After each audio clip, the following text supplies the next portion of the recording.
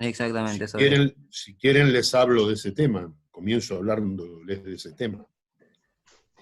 Después preguntan sobre la unidad 6. Vamos a empezar por esa inquietud, la primera, la de la ley 24374. Esa ley tiene una historia.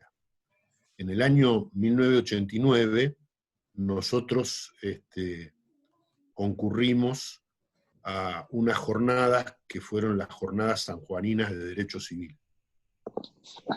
En esas jornadas, en la Comisión de Reales, se discutía la problemática de las personas, que hay muchas en el país, que tenían, que ocupaban inmuebles, es decir, tenían la posesión de inmuebles,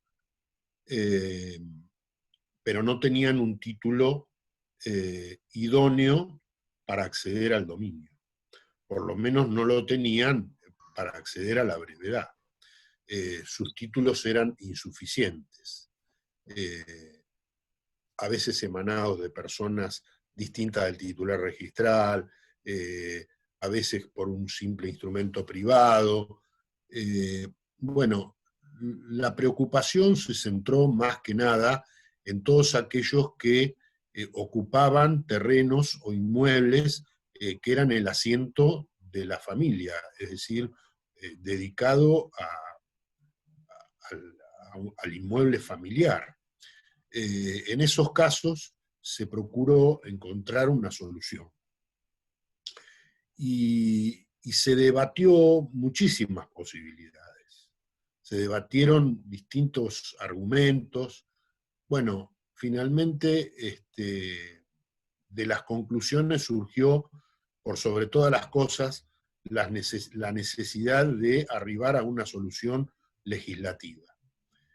Lo que no había acuerdo era cuál era la vía, porque algunos proponían la expropiación, otros proponían un sistema semejante al de la prescripción adquisitiva, otros a partir de la registración de esos títulos, lo cual por naturaleza, ustedes no estudiaron todavía la publicidad registral y la ley 17.801, pero esos títulos no revestían el carácter de auténticos, porque generalmente se trataba de instrumentos privados, y por lo tanto, en principio, esos títulos carecían de vocación registral, aunque sí era bueno reconocer que en muchas provincias, de ahí venía la discusión, se admitía la inscripción de los boletos de compraventa, de sus respectivas sesiones, etc. Entonces, finalmente fue sancionada esta ley 24374, que consagra un sistema que no es exactamente el de la prescripción adquisitiva breve, pero sí pretende asimilarse a ese sistema. ¿Por qué no es una verdadera prescripción breve, o al menos no lo es en los términos que nosotros lo conocíamos, que regulaba el Código Civil de Vélez Arfiel y que regula el actual? Porque la prescripción breve se basa en el justo título y la buena fe, y el justo título es el título que en apariencia, objetivamente, nos hace representar un título suficiente, porque es un contrato idóneo para transmitir o adquirir la propiedad, y además está revestido de todas las solemnidades. El vicio del justo título, el defecto, está en la persona de quien emana, porque o no era capaz o no era el titular verdadero del derecho. Por lo tanto, si no era el titular, nada puede transmitir. Y si nada puede transmitir, el poseedor que pretende prescribir, nada podía invocar como adquiriendo un derecho de quien no era dueño. En el sistema de la ley 24374 se hace una relación, hay un organismo que se llama la Casa de Tierras, allí los interesados se inscriben, deben aportar toda la documentación que está a su alcance, además deben poner de manifiesto quiénes son, en qué calidad ocupan, quiénes son los restantes ocupantes, en lo posible los antecedentes del instrumento que vayan a exhibir y que quieran hacer valer y demás. Bueno, todas esas cuestiones dan lugar a un estudio de los antecedentes que finalmente se cita al verdadero propietario, que sería el titular registral al menos. A lo mejor esa persona no vive, falleció, o se fue del país, o no se la puede ubicar. Bueno, se trata de hacerlo. Todo este sistema ustedes lo pueden leer en el articulado, que son unos pocos artículos. Esta ley ha sido modificada porque se ha hecho extensivo el beneficio a agricultores, pequeños agricultores que viven en el predio y bueno, tienen el asiento de la familia en el predio que cultivan, etc. ¿Qué pasa con esto? Finalmente, cuando se reúnen todos los antecedentes, si se ubicó al titular registral, se lo convoca para que firme una escritura. Si no la firma, lo hace un funcionario que generalmente está designado o es el propio funcionario a cargo de la Casa de Tierras. Se firma una escritura pública, se celebra un acto que tiene mucho de administrativo y está revestido de las solemnidades del caso, porque es una escritura pública. A esa escritura pública, que es la que está prevista en el artículo 6 de la ley, que se la denomina, algunos autores como Alterini la llaman escritura de relación, porque así se relacionan todos los antecedentes, bueno, se inscribe en el registro de la propiedad. A partir de esta inscripción, comienza a correr un plazo que es semejante al de la prescripción breve, plazo en el cual el verdadero propietario o sus derechohabientes, quienes se crean con derecho, pueden hacer valer las acciones del caso, obviamente por la vía judicial. Pero si nada de esto ocurre y ese plazo de 10 años transcurre sin novedad, esa persona adquiere el dominio pleno del inmueble. Básicamente, ese es el sistema. Algún autor, como Dillon, en algún momento sostuvo que había nacido un nuevo justo título.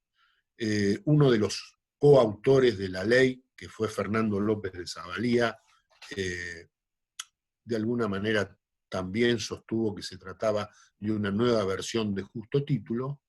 Otros nos opusimos desde el punto de vista de su naturaleza y su génesis.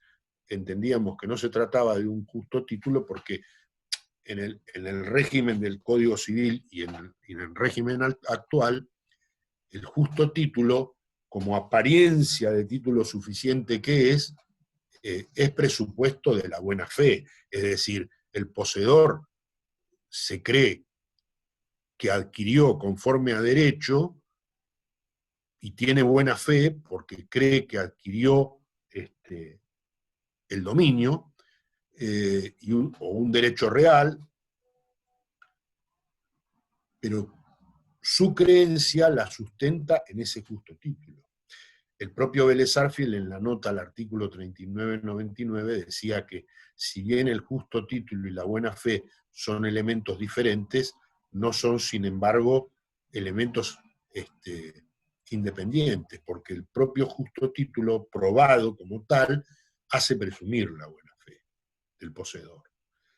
Algo similar no ocurre en el ámbito de esta ley.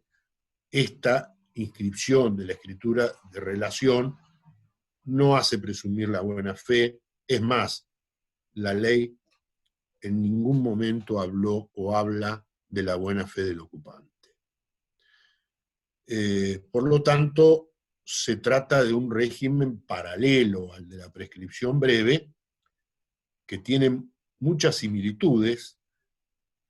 Evidentemente la intención del legislador fue asimilarlo a la prescripción breve, y bueno, cuando la ley pretende asimilar una institución y asignarle finalmente efectos idénticos o parecidos, no por ello cambia la naturaleza jurídica de la figura.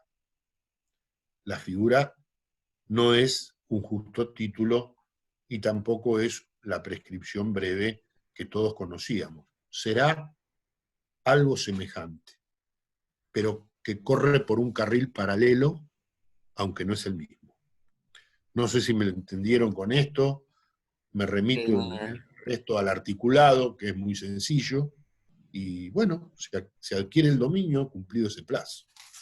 También recuerdo que hay un material de la doctora Torres Lastra sobre este tema, por si a alguno le quedó alguna duda o quiere leerlo también. La siguiente pregunta sería la de... Hicieron algunas preguntas medias generales que ahí les dije que si las pueden reducir un poco más, o si no, nos va a dar el tiempo. Así que la siguiente sería sobre Aquí la habla, respecto a los interdictos que están regulados en el Código Procesal. miren, el tema es un tema que viene de antes.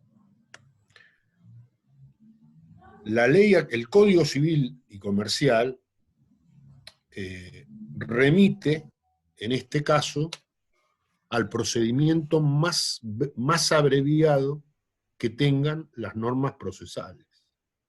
Las normas procesales son locales, son de las provincias, porque de acuerdo al artículo 5 de la Constitución Nacional, las provincias conservan todos aquellos poderes que no han delegado expresamente a la nación. Como las provincias son históricamente anteriores a la nación, luego le delegaron potestades, pero conservaron otras. Entre las que conservaron está su régimen de administración y también el régimen de procedimiento y de organización de su justicia. De modo que las leyes procesales son leyes provinciales. El procedimiento más breve que tenemos en nuestra provincia de Buenos Aires, a semejanza del Código de Procedimiento de la Nación, Civil y Comercial, es el juicio sumarísimo.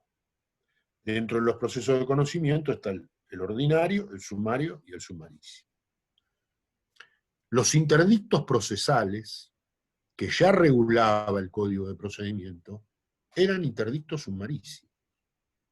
De modo tal que ahora el legislador ha dado en el blanco en esos interdictos preexistentes que, imagino, sigue sosteniendo con una remisión más que expresa. Esta es mi opinión. Para algún otro, los interdictos correrán en paralelo. Yo creo que no tiene ningún sentido que haya una acción de despojo y una acción de manutención que está regulada por normas procesales sumarísimas y los interdictos. Pero no descarto que haya otras opiniones que sostengan que esos interdictos han perdurado. Si han perdurado, en muchos aspectos están derogados por contradecir normas de fondo. También han quedado derogadas las disposiciones procesales que se referían a las acciones posesorias y a las acciones policiales, porque ya no hay más una acción de recobrar que se da, por ejemplo, al poseedor con posesión pública, pacífica, continua, ininterrumpida, anual, a título de dueño, porque todos esos requisitos han quedado derogados al derogarse el código anterior. Así que esa es mi opinión. Con relación a este punto, hay un tema al que no me referí porque la clase se terminó en ese momento y se me pasó. Y después fue objeto de una consulta, que era lo que al final de esa unidad habla de las acciones cuando hay inquietación. La inquietación es lo que los españoles, o la manera en que los españoles denominan a lo que nosotros entendemos por turbación o menoscabo, que da lugar a las acciones de manutención. Es decir, hay un ataque a la posesión o a la tenencia con intención de poseer por parte de un tercero, pero que no llega a plasmar en la pérdida de la posesión. De modo tal que lo que hace es menoscabar esa posesión, que se ve amedrentada por la acción de un tercero. De allí que los españoles hablen de inquietación, me inquieta esa amenaza. A veces es una amenaza. En esos casos, la acción es la acción de manutención. Y también se puede manifestar esta situación con obras nuevas realizadas en el predio vecino, no en el predio del poseedor, sino en el predio vecino, pero que por su exteriorización y por los actos que despliega esa persona, pareciera que va a avanzar sobre mi posesión. Se constituye en una verdadera amenaza. Bueno, en ese caso, la acción de manutención cumple las veces de lo que era la acción de obra nueva frente a casos de turbación. Pero además, en el código originario, en el Código Civil de Vélez Sarsfield, había una norma que estaba fuera de las disposiciones relacionadas con las acciones posesorias, que era el artículo 1132. En el artículo 1132, en donde Vélez hablaba de los daños, o trataba de los daños causados con las cosas, por las cosas, etc., existía lo que se llamaba la regulación de lo que se conocía en el derecho romano como la cautio damni infecti. No es que me quiera referir a esquemas romanos, pero el tema era así. En Roma, cuando había un edificio que amenazaba ruina, el vecino lindero, que veía que en cualquier momento se le venía encima, le reclamaba por la vía judicial que el poseedor de ese edificio, el ocupante, el propietario de ese edificio, prestara caución por el daño eventual que pudiera causarle si el edificio se venía abajo y le generaba u ocasionaba daño.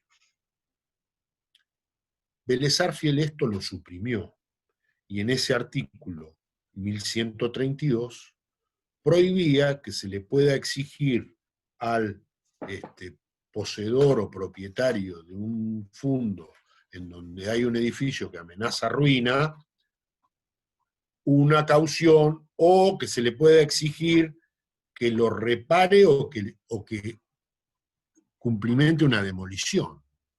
Para Vélez Sarsfield eso era algo, era un verdadero atentado al derecho del dominus, de la propiedad.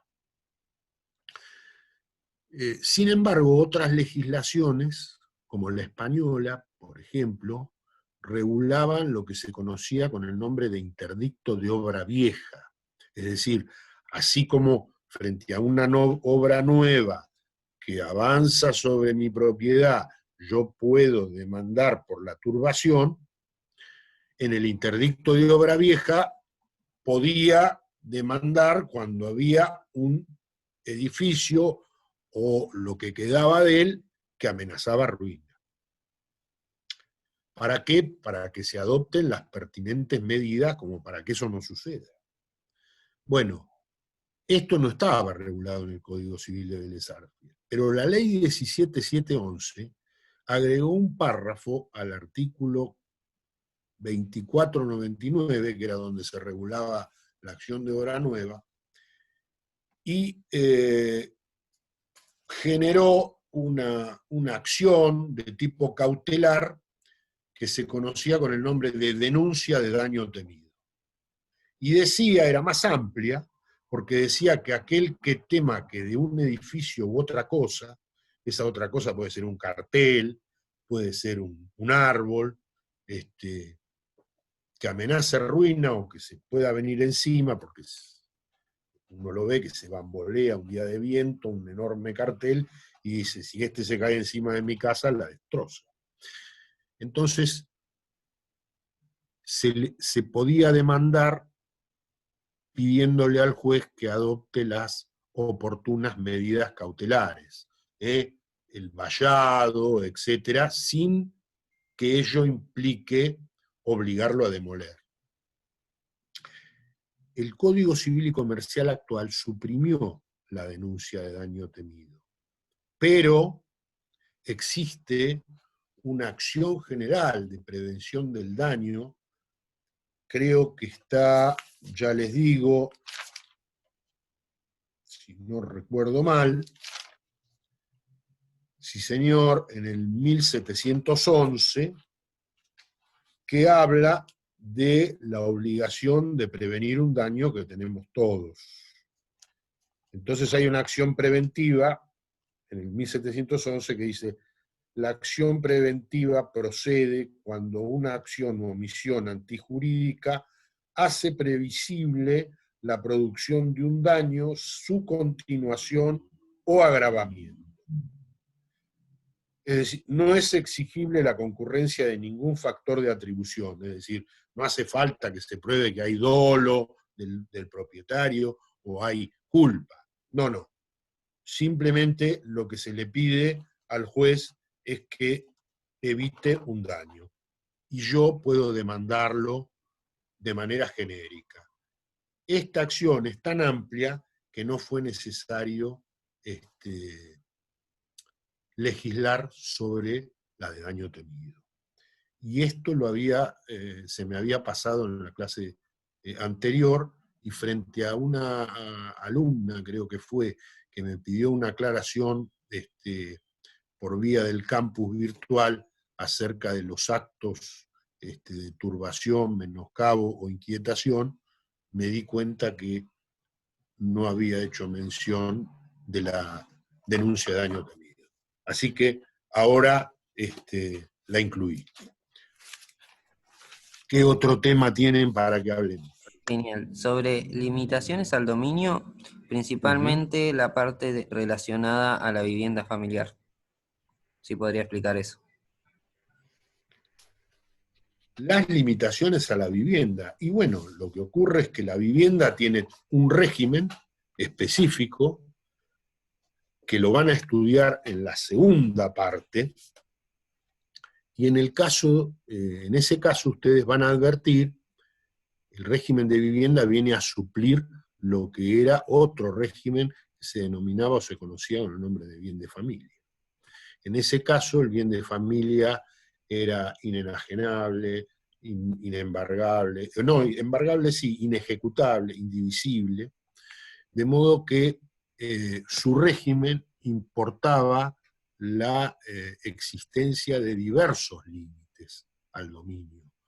Límites con relación a la facultad de enajenar, límites con relación a la facultad de dividir, es decir, un cúmulo de límites que ustedes van a estudiar en la segunda parte cuando vean propiedades sujetas a regímenes especiales. Por el momento, la idea es esta, es que tengan alguna noción de que en el régimen de vivienda existen límites al dominio. Creo que con eso es suficiente. Genial. Digo que es Ahora, suficiente porque ustedes van a estudiar el régimen. Es decir, hay una unidad que expresamente le pide el régimen de vivienda que consagra el nuevo código. De la misma manera que les pedía el régimen de bien de familia. genial. Ahora Pablo Tenaglia pregunta, ¿por qué las cláusulas de inenajenabilidad generales están prohibidas, pero se permiten las particulares? ¿Por qué se considera que no importan una restricción o menoscabo al derecho de quien así adquiere? ¿No violan además el principio del numerus clausus? Miren, ese es un tema que si vamos a profundizarlo, les confieso que da lugar a muchas cuestiones. Cuestiones que incluso tocan lo que menciona la pregunta relacionada con el numerus clausus, y ahora les voy a decir por qué. En el Código Civil anterior también existían, bajo la denominación restricciones y límites al dominio, las cláusulas de la inenajenabilidad. La ley, de manera general, prohíbe la cláusula de no enajenar a persona alguna. Y eso está muy bien, porque si alguien impusiera o pretendiera imponer semejante límite, dejaría de ser el contenido normal que el dominio tiene, o las facultades normales que puede tener el dominus, para pasar a ser una verdadera restricción. Una prohibición semejante sería coartar la capacidad de disponer, el ius abutendi del propietario. Pero sí está permitido que particularmente los contratantes, o incluso por disposición de última voluntad, o también por disposición de la ley, se pueda prohibir la enajenación o la transmisión. Por ejemplo, el derecho de habitación no es transmisible. Es un derecho real impuesto en consideración de la persona, pero esa persona no puede transmitir el derecho de habitación a otro. Bueno, esa es una restricción que impone la ley y que es inherente al derecho real de habitación. Los límites son inherentes tanto al dominio como al resto de los derechos reales. En un contrato de compraventa se puede pactar la cláusula de no enajenar a persona determinada. Yo vendo un local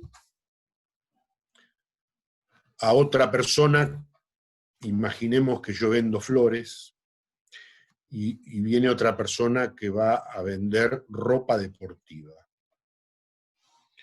Es lo que me dice. Pero yo bien puedo imponerle que no le venda a fulano de tal, el de la florería de acá a la vuelta, que es mi competencia. Esa cláusula es válida. Y hasta ahí el permiso del legislador. El problema que tienen estas cláusulas es que, figurando en un instrumento público, como es una escritura de venta de un inmueble, se publicitan respecto de terceros. Entonces, si el señor que va a poner una casa de ropa deportiva, es decir, el adquirente, cumple, no hay ningún problema. Pero si no cumple, se discute si esa persona es responsable al extremo de que si le vende a mi competencia, al de la florería, de acá a la vuelta, yo pueda demandar la nulidad de esa venta. Si yo puedo demandar la nulidad de esa venta, por efecto de la nulidad, al quedar inválida la transmisión, yo podría retraer el inmueble y retraer la operación que realicé con este señor que dice que me había mentido y me había dicho que iba a poner un local de casa deportiva. Si hago esto, estoy creando un derecho real de retracto que afectaría el numerus clausus.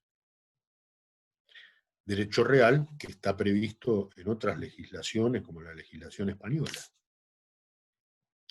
El gran problema que tiene nuestro código, al que le falta revoque fino, es que en estos casos, si bien permite la cláusula y dice que solo genera efectos personales en las cláusulas de la compraventa, por ejemplo, la cláusula de no enajenar, y dan lugar solo a la reclamación de daños y perjuicios, después dice que se aplican las disposiciones relacionadas con la venta sujeta a condición resolutoria. Y si se aplica la normativa de la condición resolutoria, se resolvería esa operación de compraventa y estaría consagrándose un retracto. Y eso es lo que se discute en el seno de la doctrina en este momento. Esto también tiene que ver con algunas cláusulas relacionadas con la propiedad horizontal, los conjuntos inmobiliarios, etcétera, etcétera, que ya discutimos en las Jornadas Nacionales de Derecho Civil que se hicieron en La Plata en el año 17. Creo que esa es la respuesta. Genial. La siguiente pregunta es de Leandro Morales. En el programa, en el punto de prescripción adquisitiva, se refiere a teorías y naturaleza jurídica. ¿Cuáles serían? Bueno, yo se la mencioné. La naturaleza jurídica es que se trata de un modo originario porque sea la prescripción breve o la larga, es un modo de adquirir, eso lo dice la ley, pero nosotros le agregamos que es originario. ¿Por qué es originario? Porque es una atribución de la ley. Y aún cuando algunos hablan de que en la prescripción breve, como puede provenir de quien no era dueño o de un incapaz, y bueno, ahí podríamos pensar que puede ser derivada. Si venía de quien no era dueño, nada adquiero. Solo adquiero en virtud de una disposición de la ley. Y respecto del incapaz, en rigor tampoco adquiero un derecho pleno y la ley, el código, el régimen de la prescripción, no me atribuye la propiedad porque toca con la varita mágica el justo título y lo convierte en suficiente cuando emana de un incapaz. No, lo que la ley valora es la posesión, el justo título, la buena fe, y dice a este señor que poseyó sin interrupción alguna, de manera continua, a título de dueño, de buena fe, porque confió en la apariencia de una adquisición válida y lo hizo a lo largo de 10 años, le voy a atribuir la propiedad. El derecho del prescribiente nace por efecto de la ley, por ningún otro efecto. Por eso es originario. No se apoya en el derecho de su antecesor.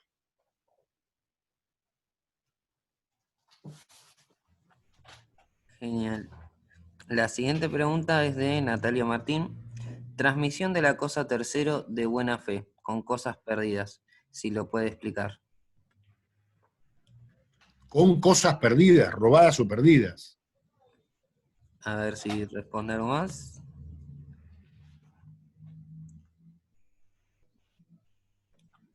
Natalia. Debe referirse a eso. Bueno, miren, esto también tiene una historia, algo de esto les dije.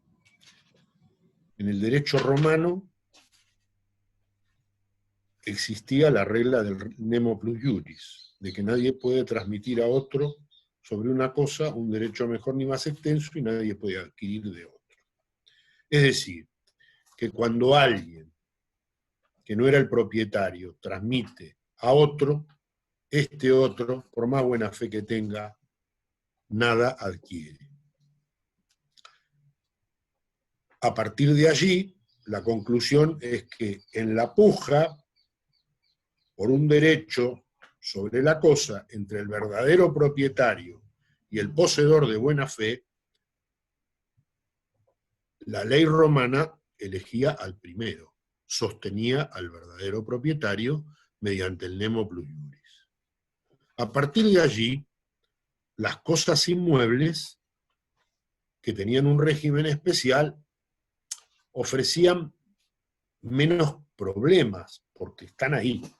Entonces uno ve si están ocupadas por otros, si no están ocupadas, qué derecho invoca, si es poseedor, tenedor, etc. Y bueno, en su caso, yo soy el propietario y lo demando por lo que sea. Pero las cosas muebles, que pueden ser trasladadas de un lugar a otro y hechas desaparecer, no tenían un sistema que permitiera, de alguna manera, ponerle fin a una sospecha generalizada. ¿Cuál era la sospecha? Que todos los muebles tenían persecución. Se podía reivindicar cualquier mueble robado o perdido cuando había pasado a manos de un poseedor, aun cuando éste fuera de buena fe. La cosa es mía y la reivindico. Esto ponía bajo sospecha y libertad condicional a todos los muebles, lo cual hacía un daño enorme al comercio y a la posesión de las cosas. Entonces Justiniano ya se dio cuenta y dijo, no, vamos a limitar la acción de reivindicación a 3 años. De modo que se puede reivindicar, pero a los 3 años el poseedor de buena fe puede repeler la acción de reivindicación, salvo que la cosa sea robada o perdida, o que no tenga buena fe. Con el correr del tiempo, el derecho francés, bastante influenciado por el derecho germano, en sus costumbres y luego en la letra del Código de Napoleón, consagró la famosa frase que decía, traducida, en materia de muebles, la posesión vale título. Es decir, que cuando alguien posee una cosa mueble, en principio esa posesión vale por título. El fundamento era una prescripción instantánea. Pero para poder invocarla se requería de buena fe y se requería que la cosa no fuera robada o perdida. Ustedes imagínense una obra de arte, alguien que se roba la Gioconda, por ejemplo. Entonces, el sistema continuó en esa dirección. Y nuestro Código Civil, en el 2412 del Código de Vélez-Sarsfield, receptó ese principio como un efecto de la posesión, de cosas muebles, obviamente, de que la posesión de buena fe hace presumir la propiedad y el poder de repeler por parte del poseedor cualquier acción de reivindicación, siempre que la cosa no fuera robada o perdida.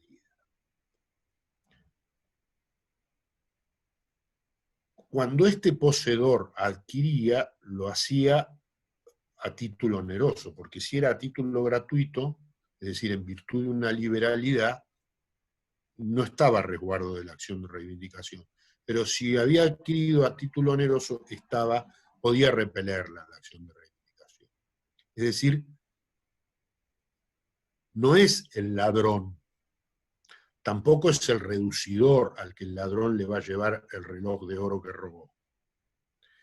Es un subalquirente de buena fe.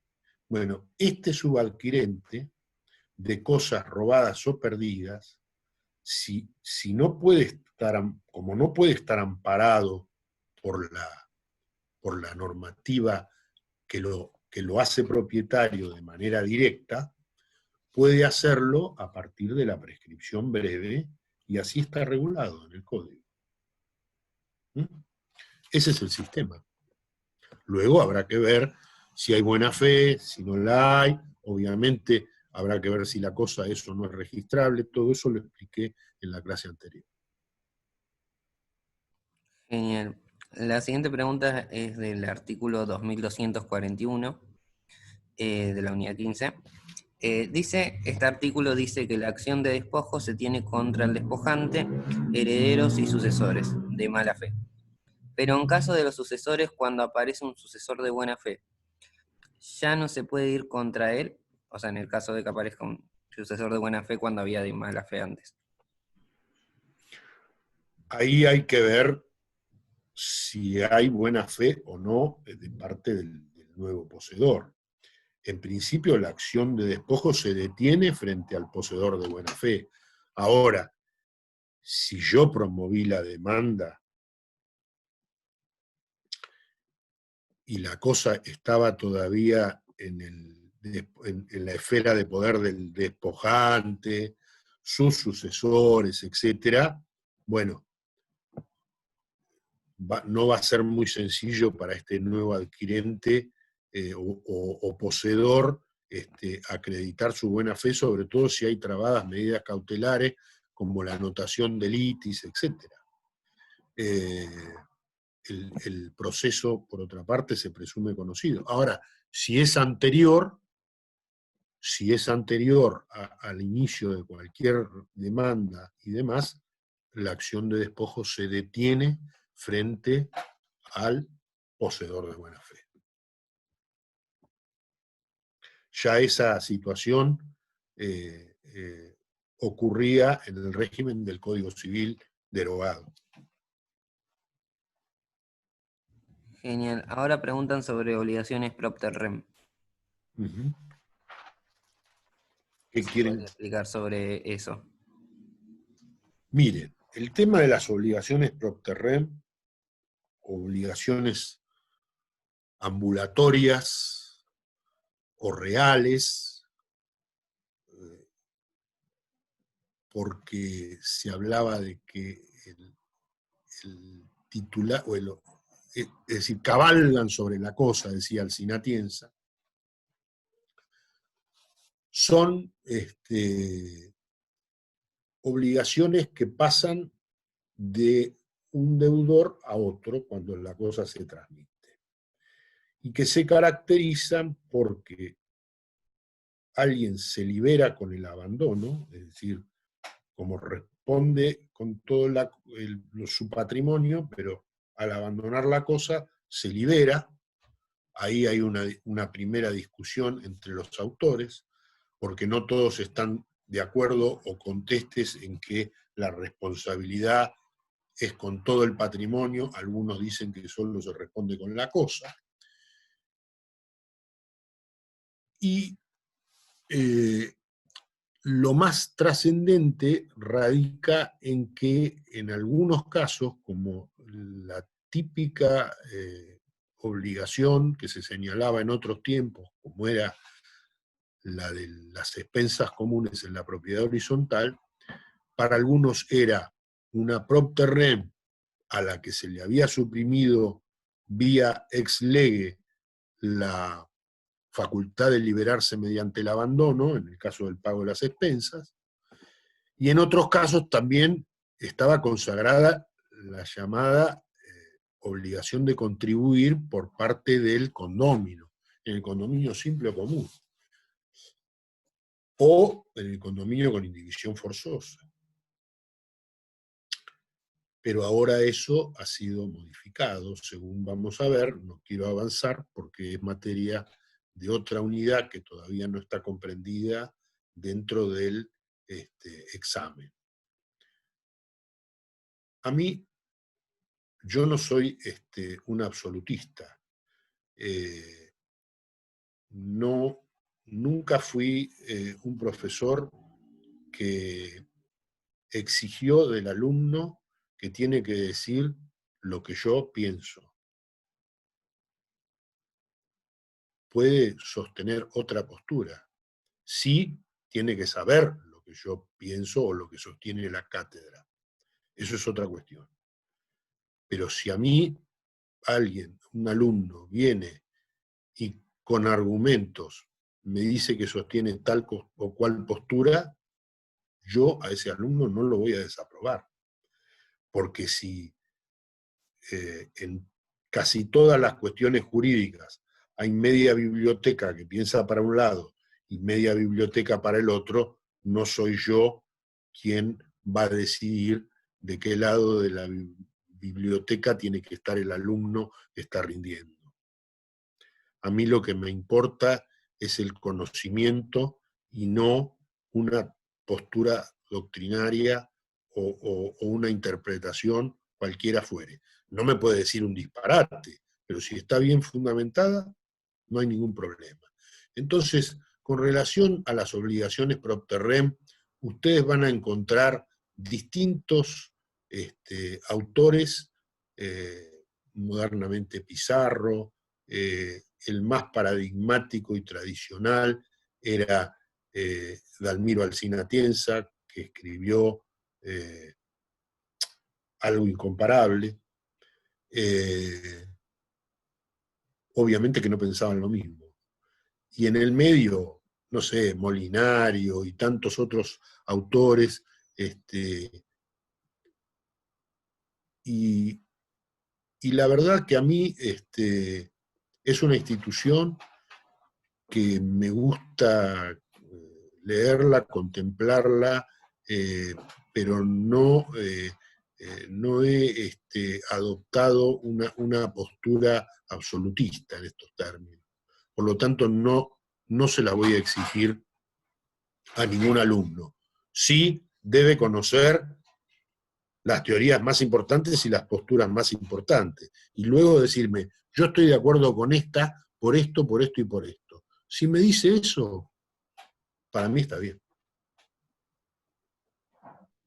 Genial. La siguiente sería de Julieta. ¿Bajo qué recaudos protege el poseedor de inmueble el boleto de compraventa frente a terceros interesados? Bueno, yo les di una clase, esa clase está en el código. Si ustedes quieren, voy a la normativa, pero al final del contrato de compraventa se van a encontrar con las disposiciones relacionadas con el boleto. Bueno, ahí está el famoso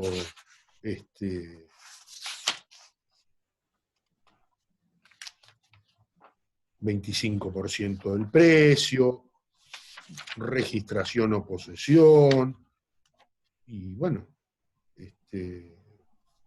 si quieren lo repasamos, pero está en el artículo 1170 y 1171 con relación a la quiebra o al concurso. Ahí están los requisitos. No son requisitos excluyentes, sino que son la suma de todos los requisitos, lo que va a permitir que el boleto o la posesión obtenida mediante un boleto de compraventa pueda oponerse frente a terceros y recibir la protección de algo parecido al derecho real. Pero ya les di una clase entera sobre este tema. Genial. Ahora preguntan sobre, ¿podría explicar el artículo 1961 que habla de abulsión y los supuestos del artículo 1962 de construcción, siembra y plantación? Miren,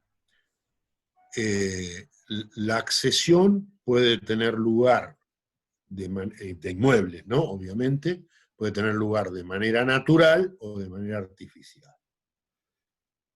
De manera natural es la llamada, el llamado aluvión o abulsión. El aluvión es cuando tierra, plantas, etcétera, se van incorporando de manera lenta, paulatina, casi imperceptiblemente a un predio, de modo tal que ese predio va creciendo en su superficie. Eso, si se incorpora de manera perpetua a perpetuidad, sin que el hombre haya provocado esa incorporación, no es que realizó todo un vallado, una represa para que el agua venga y arrastre, no, eso no es natural.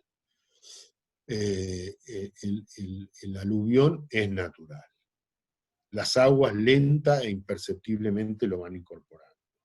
Y la abulsión es prácticamente lo mismo, nada más que cuando hay una corriente súbita y por efecto de una tormenta o de lo que fuere, hasta podría llegar a ser un maremoto o algo parecido, un tsunami, como lo llaman ahora, esa porción de tierra se puede incorporar a un terreno. Miren, cuando vine de las jornadas el año pasado de Santa Fe, vine en el vuelo que no salía de Santa Fe, sino me tuve que ir a Paraná cruzando el puente del otro lado del Paraná, a la provincia de Entre Ríos. Y bueno, el avión viene prácticamente por encima del río. Y cuando llegaba al delta, pude ver nuevamente, porque ya las había visto, dos islas nuevas que se formaron por efecto de la corriente. Bueno, en el Paraná o en el delta es muy común, no solamente que una vez cada tanto se forme un islote o una isla, también es muy común que se incorpore más superficie a la ya existente en una isla o a una parte que está de terreno que está bañada por las aguas. Esa es una situación. La otra situación que me pidieron tiene que ver con la adquisición por accesión artificial y que tiene que ver con la obra del hombre cuando éste construye o edifica, siembra o planta en su propio predio o en predio ajeno, en distintas situaciones, si es de buena o de mala fe, etc. En esa situación de accesión artificial, porque ahí tiene que ver la mano del hombre y no la naturaleza, juegan dos grandes principios que vienen del derecho romano. El primero tiene que ver con las facultades del dominus. Ustedes saben que el dominio se extiende a las profundidades, el dominio de los inmuebles, y también al espacio aéreo. Los romanos, Sino de Pistoia, que era un poglosador, decía que la extensión del dominio tenía lugar usque ad sidera est usque ad inferos, es decir, hasta el cielo y hasta el infierno. El dominio se extendía verticalmente hasta el cielo y hasta el infierno. Era una manera de representar esa situación. Por eso, en el Código de Vélez-Sarsfield, siguiendo toda esta tradición jurídica, aquí se repite: todas las construcciones, plantaciones y obras existentes en un terreno le pertenecen al propietario de ese terreno. Ese principio se conoce con el nombre de superficie solo cedit, que significa la superficie sigue al suelo. De modo tal que quien es propietario del suelo es propietario de todo lo que sobre él está edificado de manera permanente y también está plantado o sembrado. Y lo mismo sucede con lo que sucede perdón la redundancia, lo que tiene lugar en la profundidad, es decir, cuando uno, en el subsuelo, digamos, cuando uno avanza sobre el mismo. El propietario es propietario de todos esos otros elementos que están en su terreno. Claro, hay excepciones. Una de esas excepciones es el derecho de superficie. Pero esto es otra cuestión porque es una figura real que la vamos a ver en la segunda parte. ¿Qué pasa si hay un tercero que de buena fe construye sobre un lote ajeno? ¿O qué pasa si el propietario de buena fe construye en su terreno pero con materiales ajenos? O si lo hace un tercero. Y también hay que ver si se hace de buena o de mala fe por parte de ambos. ¿Por qué por parte de ambos? Porque puede suceder que haya un señor que sabe, ocupa un terreno y sabe que no le pertenece, y construye una casita. En ese caso está edificando de mala fe sobre terreno ajeno. Y también puede suceder que el verdadero propietario vea que está edificando y lo deja, y permite a través de lo que se denominan actos de emulación. Ahí no hay buena fe de parte del propietario.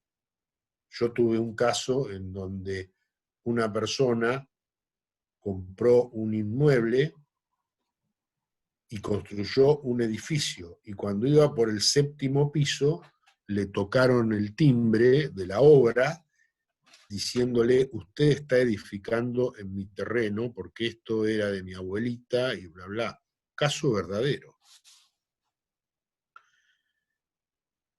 Claro, frente a ese principio de superficie solo cedit, están las diversas liquidaciones de la posesión o de los estados posesorios, según haya buena o mala fe de una de las partes o de ambas o lo que fuere, que eso es lo que establecen estas disposiciones. Y aparece ahora, en esta situación de liquidación de estados posesorios, otro gran principio, que es el del enriquecimiento sin causa. ¿Por qué el enriquecimiento sin causa? Y porque aun cuando el otro haya sido de mala fe y haya construido, sembrado, plantado en mi terreno, yo no me puedo enriquecer por el acto ajeno. Entonces tendré que reparar, me haré dueño de las construcciones, plantaciones, etcétera, pero tendré que reconocerle el mayor valor a ese edificante o edificado constructor o quien plantó o sembró en función del mayor valor que le dio al inmueble de mi propiedad, incorporando con su accionar esa eso que ha revalorizado el mismo. Por lo tanto, la ley aquí exige ese reconocimiento e impide el enriquecimiento sin causa.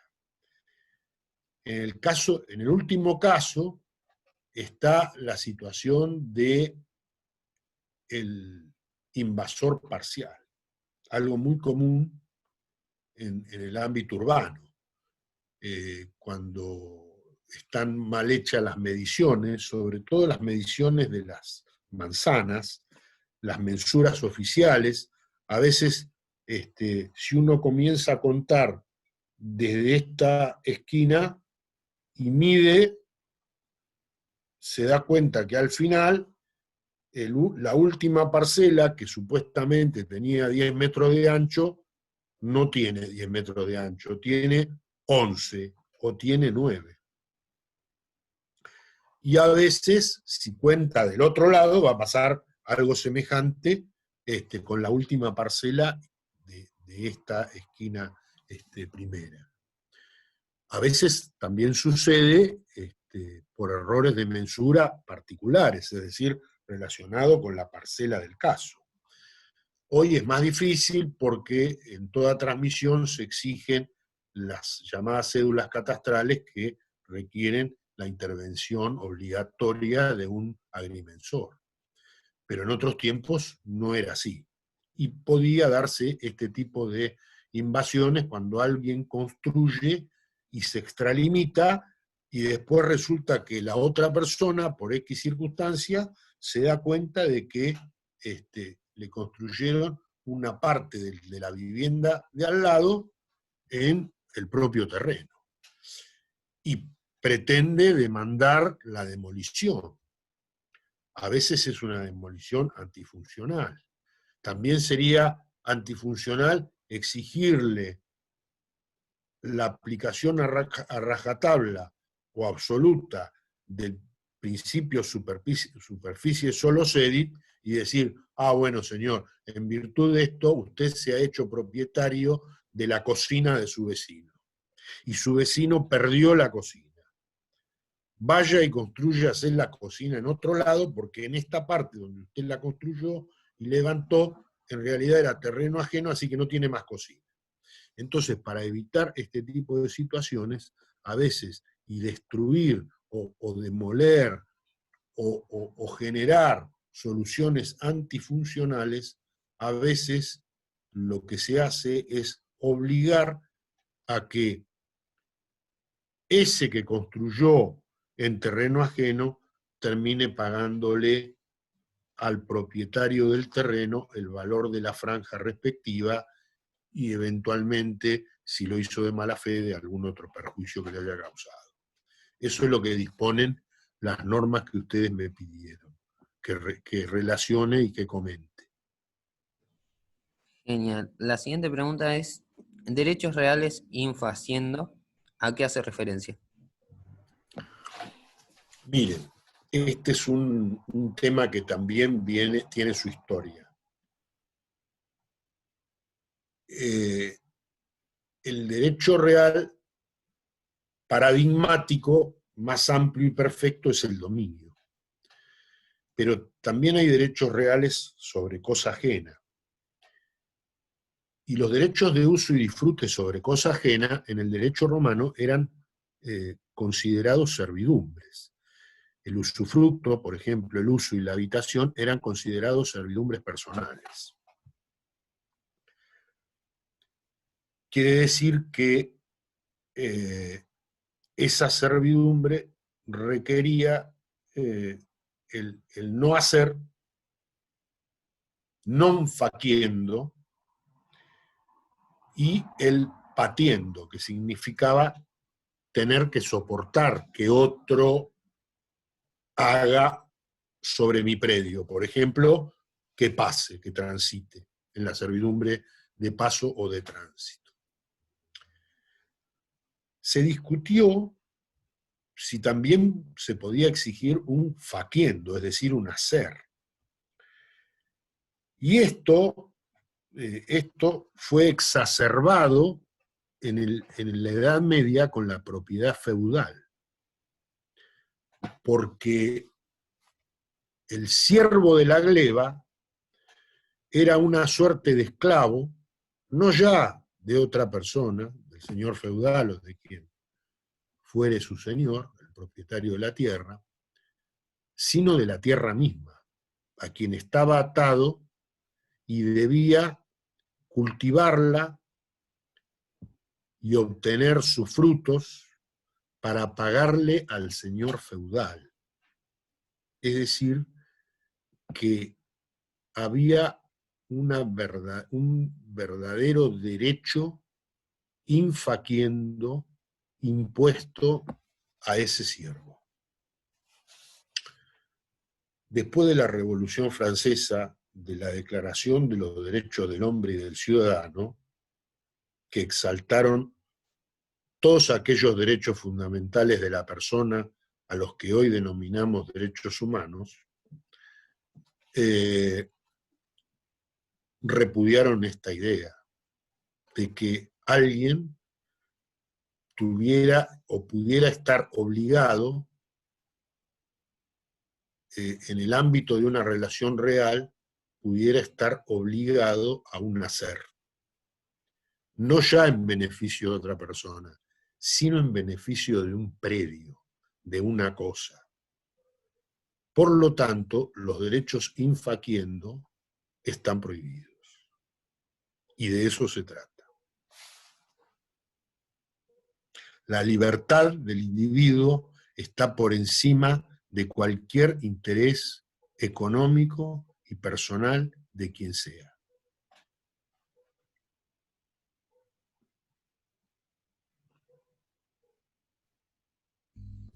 Genial.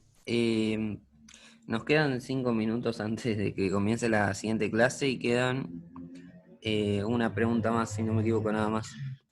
Respecto al Bueno, artículo 1170, habla de medidas cautelares sobre el inmueble, pero en el caso de inhibición del titular registral, ¿qué sucede? ¿Es aplicable? ¿ustedes qué se refieren? ¿A lo del boleto? ¿Sí? A lo del boleto. Aquí hay que ver el tema del comprador. Hay que ver si la medida cautelar se relaciona con el inmueble o con algún otro crédito. Si se relaciona con otro crédito, no tiene nada que ver. Y si se relaciona con el inmueble, porque hay un interés jurídico respecto del inmueble, entonces será el juez o a pedido del interesado que pueda sustituir esa medida cautelar por otra. Y cuando se refiere al embargo, se refiere a cualquier acreedor embargante, pero también puede ser el acreedor hipotecario.